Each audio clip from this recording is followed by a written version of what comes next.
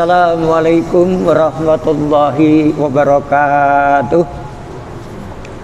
Alhamdulillahilladzi an'amana bi nikmatil iman wal islam. Asyhadu an la ilaha illallah wahdahu la syarikalah wa asyhadu anna Muhammadan abduhu wa rasuluh. Allahumma salli ala Muhammad wa ala alihi wa sahbihi wa man tabi'ahu bi ihsanin ila yaumiddin. Qala Allah ta'ala fil Qur'anil Karim, a'udzu billahi minasy syaithanir rajim. Fadhkuruni azkurkum washkuruli wala takfurun. Shadaqallahul azim. Ibu-ibu, bapak-bapak, seluruh jamaah salat zuhur yang dirahmati dan dimuliakan Allah SWT, mari kita pertama-tama untuk bersyukur kehadiratnya atas limpahan rahmat, karunia, hidayah dan taufiknya. Alhamdulillah, di siang hari ini, di tengah-tengah kesibukan urusan hidup duniawi ini, kita dapat memenuhi panggilan azan, yaitu untuk melaksanakan sholat duhur tepat awal waktu, dan alhamdulillah bisa berjamaah di Masjid Raya Candi Lama ini. Ini merupakan salah satu bukti nyata ketaatan kita, cinta kita kepada Allah dan kepada Rasulullah Sallallahu Alaihi Wasallam. Mudah-mudahan seluruh jamaah sholat duhur, utamanya yang saat ini masih sempat untuk duduk sementara untuk mengikuti kultum duhur ini, diberi rahmat dari Allah Subhanahu wa Ta'ala. Amin ya Rabbal Alamin.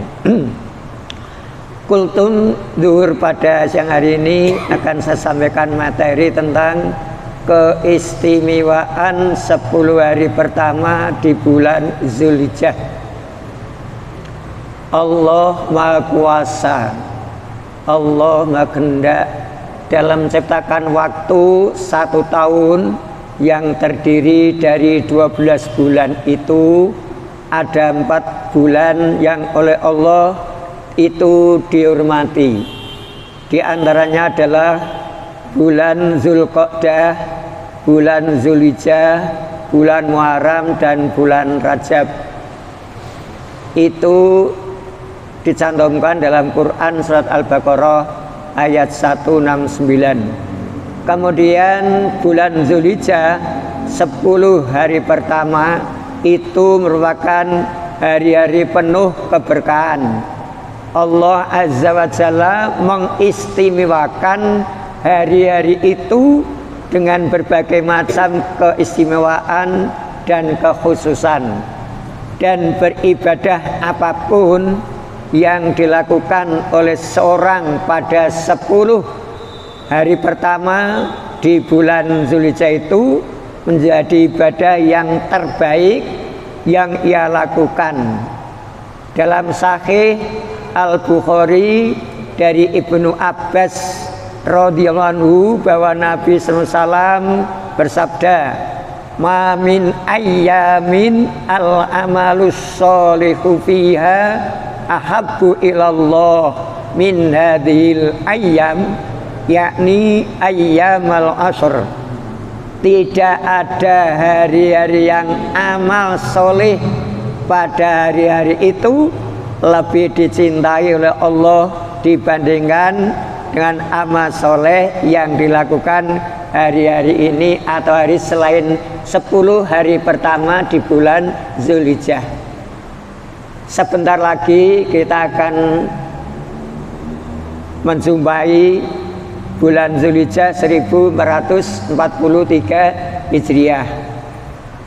Oleh karena itu, mari seluruh jamaah sholat zuhur yang dimuliakan oleh Allah, di sini saya kemukakan 3 amalan ketaatan kepada Allah yang akan membawa keberkahan dan kebaikan bagi kita semua.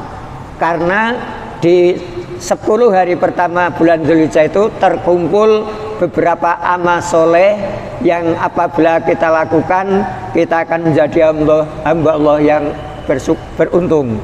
Satu diantaranya pada tanggal 9 Dzulhijjah itu merupakan hari puncaknya ibadah haji.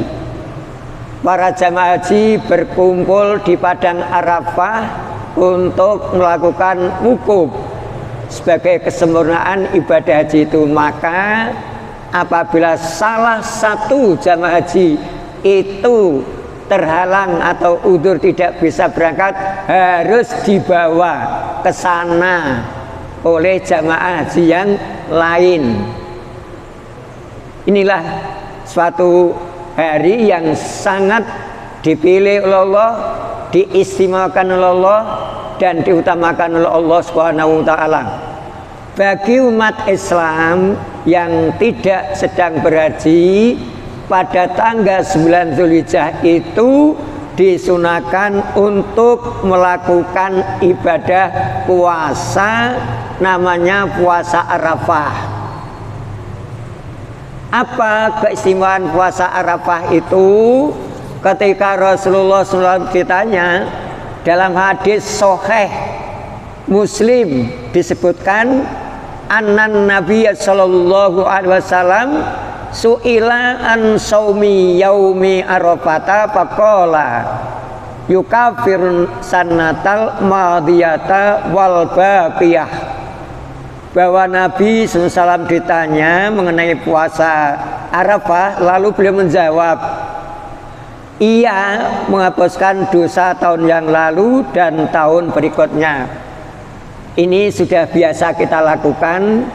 Ini saya sampaikan jangan sampai lupa bahwa satu hari puasa di bulan Dzulhijjah tanggal 9, insya Allah tepatnya nanti hari Jumat itu tanggal 9 Dzulhijjah, insya Allah tanggal 10 hari Sabtu itu sudah hari Nahr, artinya hari pelaksanaan Idul Kurban dan sholat hari raya Idul Adha. Oleh karena itu, bila seseorang hamba mengaku dirinya itu punya dosa, puasa satu hari, dosa 2 tahun dihapuskan oleh Allah, dosa tahun yang lalu dan berikutnya, kenapa tidak kita ambil? Bagi kita yang sudah biasa, alhamdulillah. Mari, jadi nanti tanggal 9 Dzulhijjah itu kita lakukan ibadah sunnah, suatu amalan ibadah yang nilainya amat besar dan tidak kehilangan uang.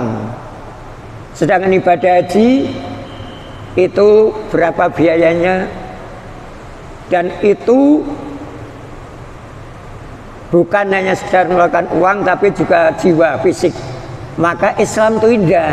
Yang diwajibkan untuk ibadah haji itu sesuai dengan firman Allah dalam Quran surat Ali Imran ayat 97, hanya orang-orang yang mampu untuk melakukan perjalanan ke sana. Tidak setiap orang. Tapi kalau puasa ini sebagai orang yang beriman, orang muslim, insya Allah tidak akan keberatan. Ini untuk berikutnya, tanggal 10 Dzulhijjah merupakan hari teragung di sisi Allah. Kenapa? Hari itu umat Islam setelah melaksanakan sholat Idul Adha, bagi yang mampu dilanjutkan dengan penyembelihan hewan korban. Rasulullah SAW bersabda, a'dzamul ayyami indallahi yaumun nahr, rawahu Ahmad. Hari teragung di sisi Allah adalah hari Nahr, yaitu penyembelihan hewan korban. Hadis ini diriwayatkan oleh Imam Ahmad dan Abu Dawud. Oleh karena itu, monggo jamaah yang hadir pada zuhur ini yang belum ada niat untuk berkorban, monggo niat untuk berkorban. Karena apa? Ternyata ibadah korban ini hukumnya adalah sunnah muakkad dan tidak harus dilakukan perorangan, tapi bisa untuk satu keluarga, 1 ekor kambing syukur, 1 ekor sapi, minimal 1 ekor kambing itu bisa untuk satu keluarga, diatasnamakan satu keluarga. Dasarnya apa? Dasarnya adalah hadis riwayat Muslim juz 3 halaman 1557. Rasulullah pernah berkorban untuk dirinya, untuk keluarganya, dan untuk umatnya yang tidak berkorban. Nah ini, jadi monggo di sini di Masjid Raya Candi Lama ini masih membuka kesempatan karena masih ada beberapa waktu bagi bapak yang ikut mau gabung korban kolektif sapi, monggo, kambing silakan. Karena kita telah banyak diberi kenikmatan oleh Allah Subhanahu wa ta'ala, yaitu dalam surat Al-Kautsar. Allah berfirman, a'udzubillahi minasyaitonirrajim, inna a'toinakal kautsar fasholli lirabbika wanhar. Sesungguhnya kami telah memberi banyak nikmat kepadamu, maka sholatlah karena Tuhanmu dan berkorbanlah. Kalau berdasarkan ayat ini kita tidak berkorban, berdosa Pak. Tapi berdasarkan hadis Nabi, dalam fikih para ulama mengatakan bahwa ibadah korban adalah sunnah muakkadah bagi yang mampu. Tadi sudah saya sampaikan dasarnya boleh satu ekor kambing untuk satu keluarga, syukur satu ekor sapi. Kalau kolektif satu ekor sapi adalah untuk 7 orang. Demikian, mudah-mudahan kita oleh Allah diberi panjang umur, nanti ketemu yaitu bulan Zulhijjah, bulan-bulan yang diistimewakan dan diutamakan oleh Allah dalam beribadah apapun bentuknya. Apalagi kita bisa berkorban. Kalau tidak bisa, mudah-mudahan tahun berikutnya kita bisa berkorban. Demikian, mudah-mudahan bermanfaat bagi saya pribadi dan kepada seluruh para jamaah tentang keistimewaan 10 hari bulan Zulhijjah. Kita sambut dengan senang hati. Puasa, kalau sholat Idul Adha jelas, kemudian berkorban bagi yang mampu, tidak mampu perorangan bisa dilakukan satu keluarga satu ekor kambing, karena memang pernah dilakukan oleh Rasulullah Sallallahu Alaihi Wasallam. Demikian, kekurangannya saya maaf. Akhir kata, nasallallahu wa fathun qarib. Assalamualaikum warahmatullahi wabarakatuh.